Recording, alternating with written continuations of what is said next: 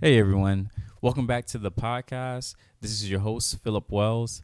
And again, the is an acronym that stands for Therapy Helps Everyone. And that's something that I truly believe. And throughout my episodes, I'm going to start bringing people from different cultural backgrounds and also different career backgrounds and explain how mental health affects them as a cultural background, but also how mental health affects them, in their place of work. So whether it's lawyers, nurses, teachers, other therapists, police officers, whatever you can think of, therapy truly does affect everyone in different ways, and especially in their line of work. And that's something that I really want to bring to you guys' attention, because so easily our mental health can be put on the back burner in a sense when you start to think of our physical health. But as you guys may know or may not know, our physical health is oftentimes impacted by our mental health. And who knows? I really think that would be something that I'll bring in, or something I would talk about on future episodes, how our mental health affects our physical health. But with that being said, I'm going to go ahead and jump into this next episode, episode 3. And I want to talk to you guys about the importance of giving yourself grace. And this is something that I came across today while I was at work. And it's so important for us to give ourselves grace and not to be too tough on ourselves, right? I think that, one thing that many of us, and I think it's human nature, is that we're very tough on ourselves for some reason or the other. Whether it's maybe the way we grew up in a household where everything has to be perfect, or maybe we grew up in a household where things weren't perfect. So as a result, we want to control every little thing that we can in order to live the life that we want, in order to seek that peacefulness that we desired that we didn't have back when we were at a younger age.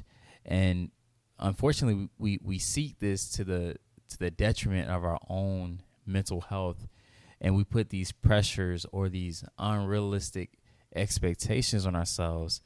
And when we don't meet those expectations, we find ourselves falling into disappointment, or for some of us, going on kind of on the extreme, maybe depression, because we're not living the life that we want. We're not accomplishing the goals that we want.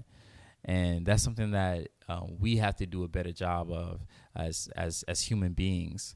And it's unfortunate, but I really think this is true when I say this. But the effects of social media, how social media has become this platform where people can share their lives in quick little snippets. And unfortunately, what we do sometimes is that we compare ourselves to those things that we see on Instagram, whether it's our peers that are traveling to Paris or to France or to the Caribbeans or to South America, right? Or maybe we compare ourselves to those when they've accomplished certain goals, such as opening their business or graduating from college or getting married. These are things that unfortunately, when we see sometimes, and it's not for all of us, but some of us, when we see those things, we think, man, what is it that I'm not doing? Like, how is it that they're able to accomplish these things, but yet I'm having a hard time accomplishing, something very small, something very minuscule, something that I don't think is on the same level as that. And again, this is something that we all have to do better of. And again, it's the idea of giving ourselves grace. So with that being said, I'm going to jump into my first point about this whole idea of this podcast, and this episode specifically about the idea of giving ourselves grace. So as you guys may know, I'm a school counselor here in South Florida. Also, I'm a therapist, but specifically going to my job as a school counselor, I have about 600 students that I'm responsible for. 600. And as you may imagine, 600 students is a lot, and it's very hard to make sure that every person gets what they need and when they need it. And that's something that I've been struggling to battle with, because when I don't meet the need at a specific time, I feel that I'm somehow not doing something right. Like I feel like, maybe there's a better way that I can be doing this, or maybe I'm not doing a good job or a good enough job at something that, I've gone to school for, something that I love to do. And this part of my life, I'm starting to learn how important it is to give myself grace and understand that, hey, I have 600 students. And as a result, I have 600 parents. I have maybe another 100 or so teachers that I work with. I have assistant principals and a principal that I have to, help out or accomplish certain tasks that they may give me. And this can make my job very, very tough, very stressful. And what I've started to do lately is sit back and ask myself, hey, what advice would I give someone who is going through something very similar or is having the same type of feelings, right? And, I have a few counselors there that I work with. One in particular that I'm really good friends with. And there are times where we go in and when we talk to each other, whether it's about the stress that I'm having on my job or the stress that she's having on hers. And we have, as you may guess, like very similar job tasks or duties that we must do. And I find myself giving, my friend certain advice, certain guidance, such as, hey, don't think about all the students that you didn't help. Think about all the ones that you have helped. Think about all the times that you have helped a parent, right? Think about all the tasks that you have done and the tasks that you're currently doing. And remind yourself that, hey, you're only one person. And to be asked to do or to be asked to take care of, 600 things or 600 students at one time or in one given day is just very unrealistic. And I actually read a book. I forgot the name of the book, but within the book, it said that people who have a long to-do list or a to-do list that is never ending is a good sign that you are important. It's a sign that your job is a very important piece to the whole system, right? Imagine if you went to a job and you didn't have anything to do, right? For some of us, that would be very boring, right? But for many of us, we have jobs that, we can honestly say, hey, this is 2 people worth of work. This is a job for 2 people. This is a job for 3 people. But yet I'm being asked to manage this job on my own. And that's something that I've come to realize, especially today. And what I started to practice is giving myself grace and going into kind of the whole mental health part of it. That what I did, the whole, hey, what would you ask someone if they were to come to you with this same problem? That is a component of what we call solution-focused brief therapy, right? It's when someone comes to you and they ask you, hey, what would you do in this situation? You would take that same advice that you would give that person and you apply it to your similar situation. And again, it goes with this idea that we're very tough on ourselves. And it's something that can honestly drive us up a wall. It's something that can really change our mood. It's something that can change how we look on things, our perspective on things. It could change the narrative of how we see things. I consider myself, and excuse the language, but I always tell my clients, hey, I'm a dope ass therapist. And I say that with confidence, and I look them dead in their eyes when I say this. And this is something I say as an affirmation to myself. And I say it every time because there are going to be days where I may not feel like I'm a dope ass therapist, but I have to rely on that type of mentality when things aren't going well. It's going to those ideas of those affirmations and how powerful those things can be.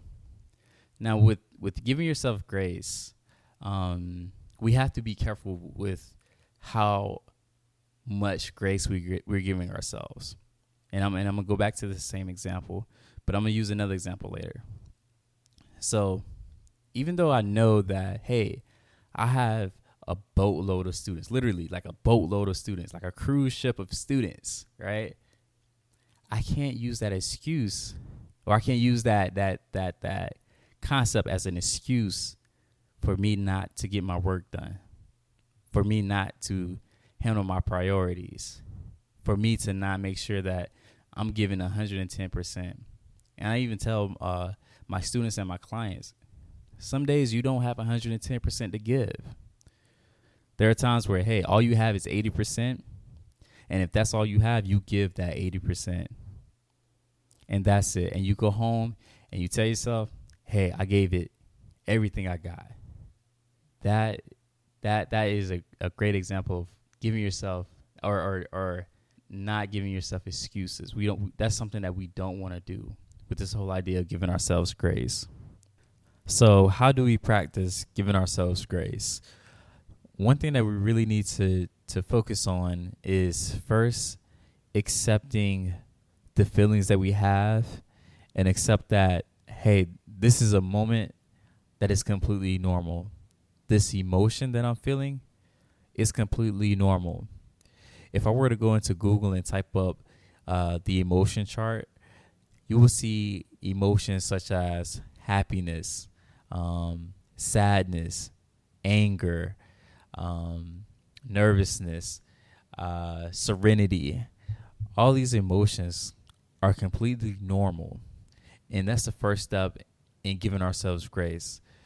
It's normal to be stressed out at a job where you're being asked to do 10 things at once, 20 things at once, whatever the case it may be. It's natural to be upset after you've broken up with someone that you've been dating for 5 years, 6 years, 7 years.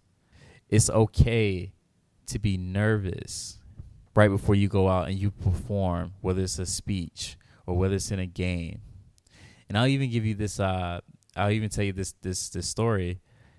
Kobe Bryant, after he played his last game, he did like a little documentary.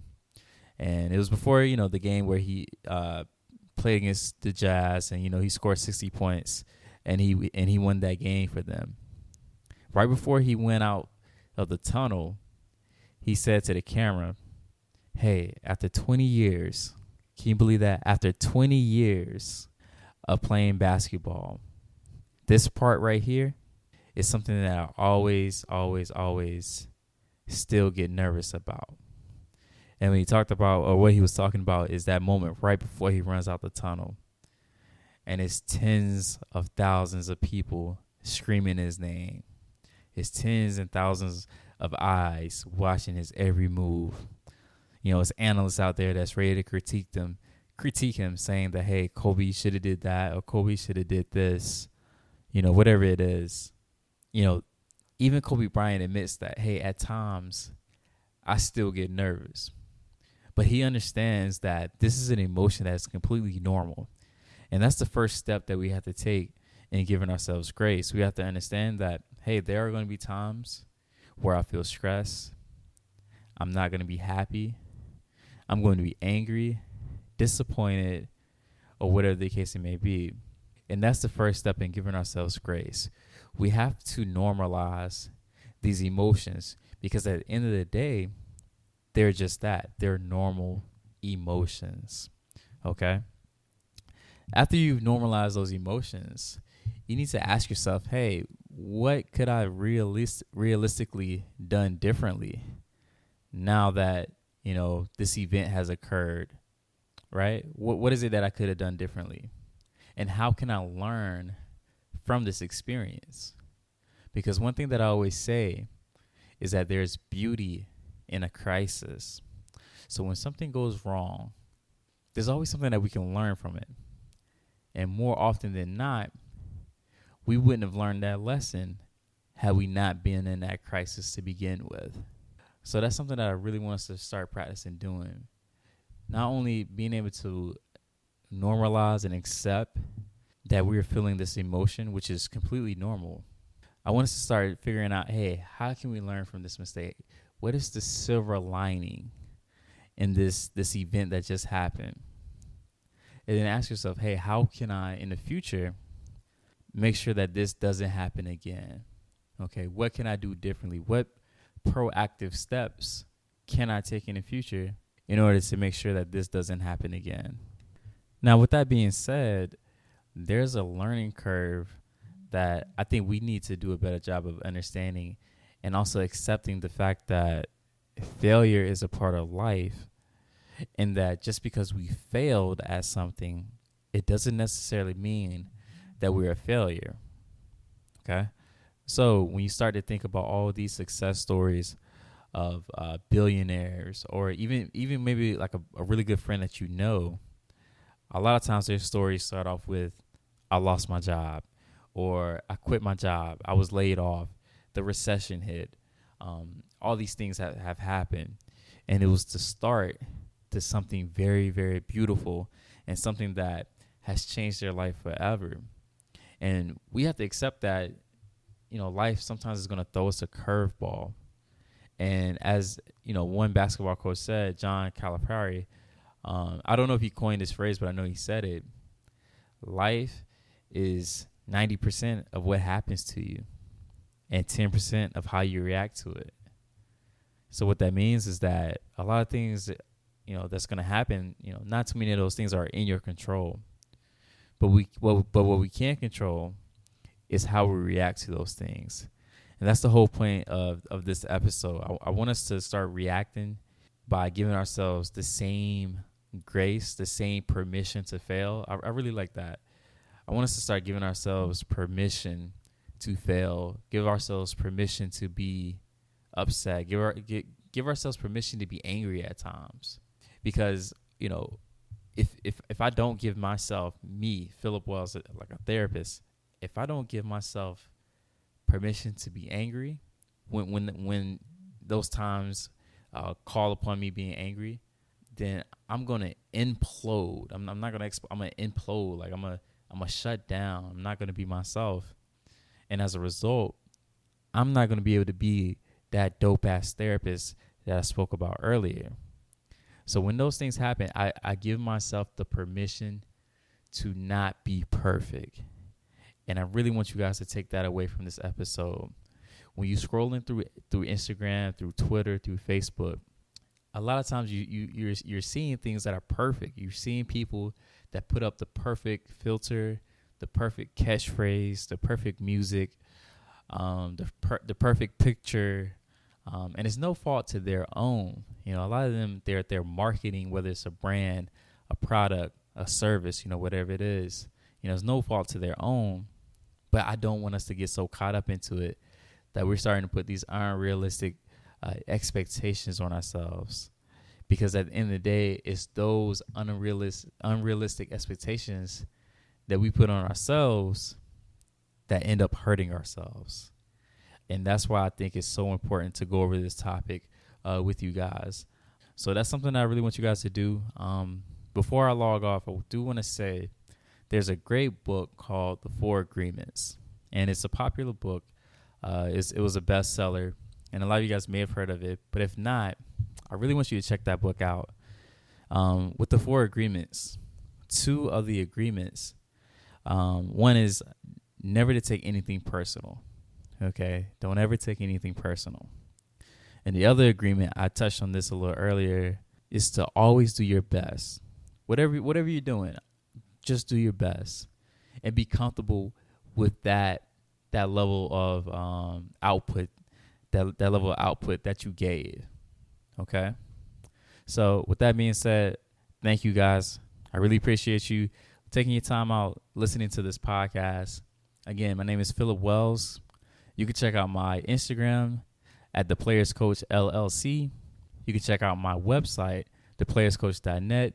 And also, like I said, don't forget to like, comment, subscribe, and share this podcast. And with that being said, I'll see you later.